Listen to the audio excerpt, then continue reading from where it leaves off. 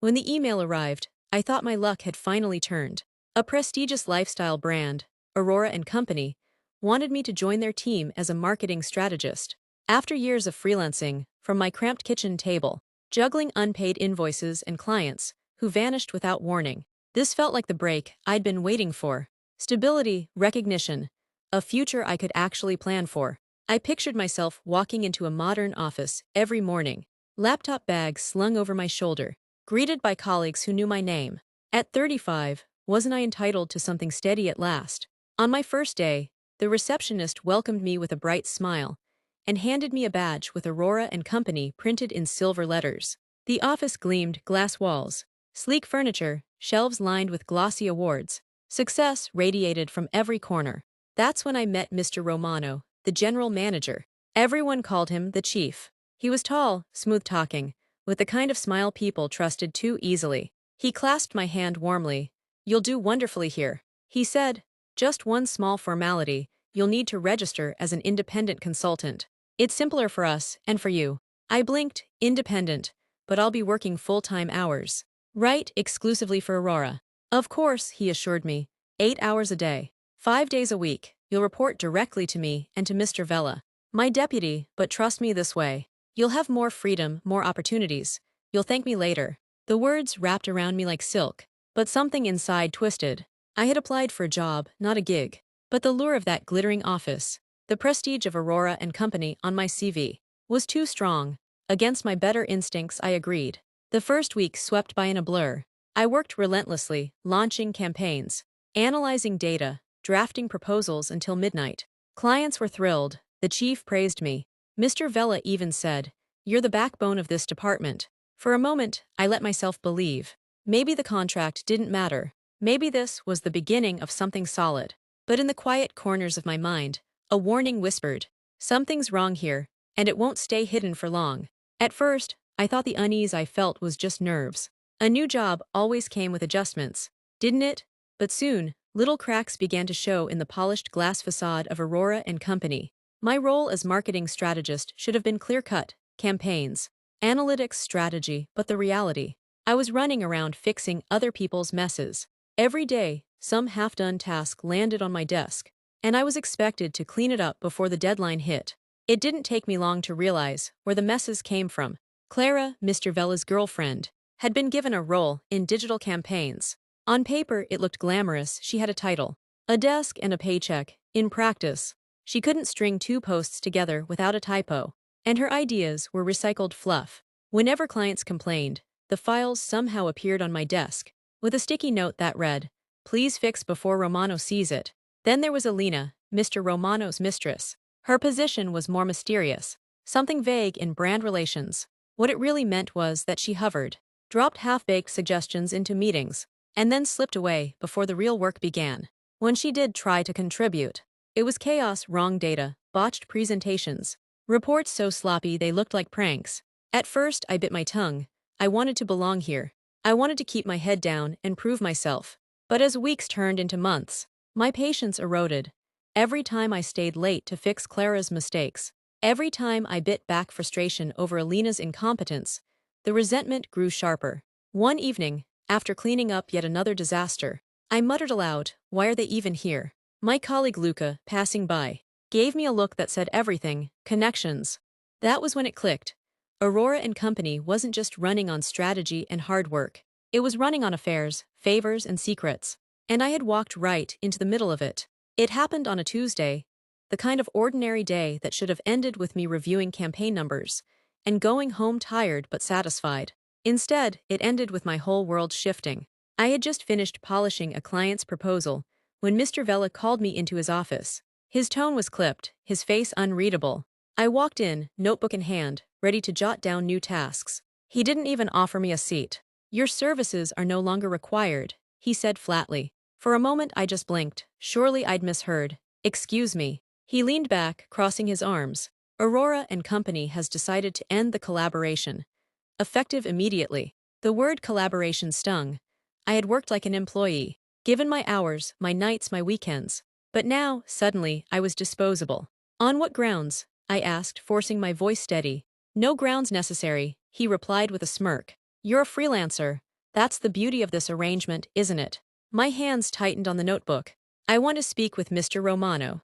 Not possible, his eyes hardened. This discussion is closed. I could feel the heat rising in my chest, anger burning through the initial shock. For a second, silence stretched between us. Then I smiled, not the polite smile I had worn for months, but one sharp enough to cut. This isn't over, I said quietly. His face twitched. Are you threatening the company? I met his gaze without flinching. Threats are for people who aren't sure they'll win. I'm making a promise, and it's only a matter of time. For the first time since I'd met him, Mr. Vella looked uneasy. His jaw tightened, but he said nothing more. I turned and walked out, my footsteps steady, even as my heart pounded. They thought they had ended me with one careless dismissal. What they didn't know was that they had just started a war. I walked out of Aurora in company with my head held high, but inside I was shaking. Rage, humiliation, disbelief, they churned in my chest like a storm. 7 months of my life, 7 months of unpaid overtime, fixing other people's disasters, giving my all, and they thought they could toss me out like trash. That night, I sat at my kitchen table, the glow of my laptop casting long shadows across the room. My inbox was full of praise from clients, emails where Mr. Romano had called me indispensable, even messages from colleagues thanking me for saving their projects. And yet, here I was, discarded without a word of warning, without a single paper trail. They think I'll just walk away. I thought they don't know me at all. The next morning, I called Giulia, a lawyer recommended by a friend. She listened carefully as I laid everything out. When I finished, she leaned forward, her voice calm but edged with steel. They forced you into a false freelance contract. You worked like an employee, same hours, same dependency, that's illegal. And firing you with no written notice. Even worse, she paused, do you have evidence? I almost laughed. I have everything. By evening, I had started building a dossier, emails, chats, invoices, screenshots of my logged hours. I saved praise from clients, even the messages where I complained about Clara and Alina's mistakes being dumped on me. Piece by piece, the puzzle formed a picture, a company exploiting me while protecting their incompetent favorites. And then came the cherry on top. In response to Giulia's first letter, Mr. Romano himself fired off a furious email, pages of insults, personal attacks, and careless admissions. My lawyer smiled as she read it. He just gave us a gift. For the first time since that meeting with Vella, I felt my chest loosen. They thought they had silenced me. Instead, they had given me the rope to hang them with. My promise to Vella echoed in my mind. This isn't over. And now, the war had officially begun. The weeks turned into months, and with them came the slow, grinding rhythm of preparation. I learned quickly that justice in Italy was a patient hunter. It did not rush, it stalked. Every night after work for other clients, I sat at my dining table, surrounded by stacks of folders, and my humming laptop. My flat transformed into a war room. The walls bore sticky notes with dates, names, cross-references, USB sticks piled up, each one packed with incriminating data. Emails from clients, thanking me for fast turnarounds. Messages from colleagues, confirming that Clara and Alina's mistakes landed on my desk. Praise from Mr. Romano himself. You saved us again. Evidence that I was no freelancer, but an employee in everything but name. And of course, that angry, reckless email he had sent to Giulia. Insults dripping like venom. Confessions hidden between the lines. A smoking gun, gift-wrapped in corporate letterhead. Some nights, exhaustion hit so hard I wanted to slam the laptop shut and forget. But then I'd hear Vella's smug voice in my head. You're a freelancer. That's the beauty of this arrangement. And my determination sharpened like a blade. By Christmas, my dossier stretched past 200 pages. It wasn't just evidence, it was a chronicle of exploitation. Every late night, every careless dismissal, every lie about freedom, documented with cold precision. When I handed it to Giulia, she flipped through the thick binder with growing satisfaction. This, she said finally, is bulletproof, they don't stand a chance. But inside me, suspense coiled tighter. Because I knew the company, I knew their arrogance. They wouldn't back down easily. They'd posture, they'd bluff. They'd cling to the illusion of power. And when they finally realized how deep a hole they'd dug, it would be too late to climb out. The war wasn't just mine anymore. With Giulia at my side, it was official. Aurora and company thought they had ended me. What they didn't know was that I was about to become their worst mistake. It happened in the middle of the Christmas holidays, when most people were sipping wine and unwrapping gifts. My phone buzzed with a new email, not from Giulia this time, but from Aurora and Co's legal team. I opened it, and for the first time since this ordeal began, I actually laughed. The tone was nothing like the arrogance I had endured for months. Gone was the bravado of Big Boss Romano. Gone the smugness of Vela. The words were desperate, almost pleading. Perhaps we can reach an agreement. If you'd be willing to name a settlement figure, we would prefer to avoid trial. I could almost hear the panic in their voices, behind those carefully chosen words. I forwarded the email to Giulia, who called me within minutes. I could hear the smile in her voice. They've realized they're cornered. They want out. The question now is, how much are they willing to pay? We met the next morning in her office, snow falling outside the window. Giulia slid a blank piece of paper across the desk. Write the figure you think you deserve. Don't be modest, don't be afraid. My hand hovered over the page. For months, they had exploited me, dumped work on me, fired me without a shred of decency. Now they were practically begging for mercy. Slowly, deliberately, I wrote a 5-figure sum. Giulia nodded once. Perfect, we'll send it. Hours later, their lawyer replied with one line. Agreed. No negotiation, no counteroffer, just surrender. I sat back in my chair, stunned. All those months of gathering evidence, of replaying Vela's smirk in my mind, of hearing Romano's careless insults echo at night, it all crystallized into this moment. They had wanted to silence me with a dismissal. Instead, they were about to pay me to walk away. For the first time in months, I slept without waking in the middle of the night. The cracks had appeared in their armor, and through them, I saw the endgame clearly. The morning of the settlement hearing, I dressed carefully, not flashy, not timid, just steady, black blazer, crisp blouse, hair pulled back. When I looked in the mirror, I didn't see the woman who had been humiliated and discarded months earlier. I saw someone who had come to collect what was owed. The courthouse buzzed with murmurs, heels clicking against marble floors. I sat beside Giulia, my hands steady, my heart thrumming like a drum. Across the room, Romano walked in with Vela at his side. They looked smaller somehow, like predators stripped of their teeth. Romano's usual swagger was gone. His jaw tight, his eyes avoiding mine. The judge entered, and silence fell. She was sharp-eyed, her voice clipped as she reviewed the file Giulia had submitted. My 200-page dossier lay open before her, heavy with truth. When she spoke, her words cut like glass. This case is settled. The respondent has agreed to the sum requested. Payment will be made in full. I exhaled slowly, but it wasn't over yet. The judge lifted her gaze to Romano. Her expression hard. Mr. Romano, this is not the first time your name has appeared in this court. We are frankly tired of seeing such appalling conduct repeated. I suggest you reconsider your business practices before you find yourself facing criminal consequences. The room was silent. Romano's face flushed crimson. Vela shifted uncomfortably, his eyes darting to the floor.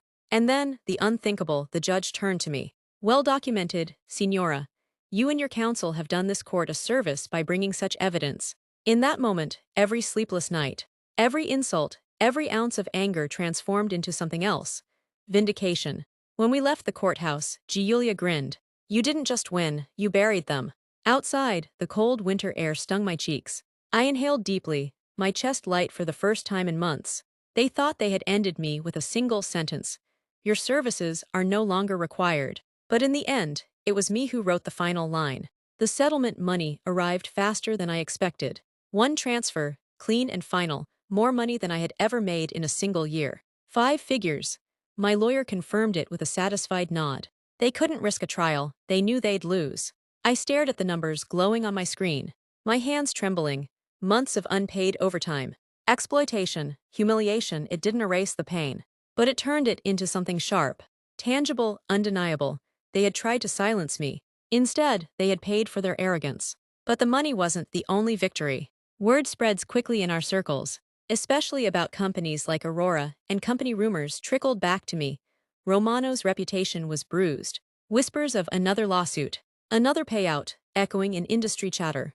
Some clients began to pull away quietly, no longer impressed by the glossy image Aurora tried to sell. I didn't celebrate loudly. There was no need.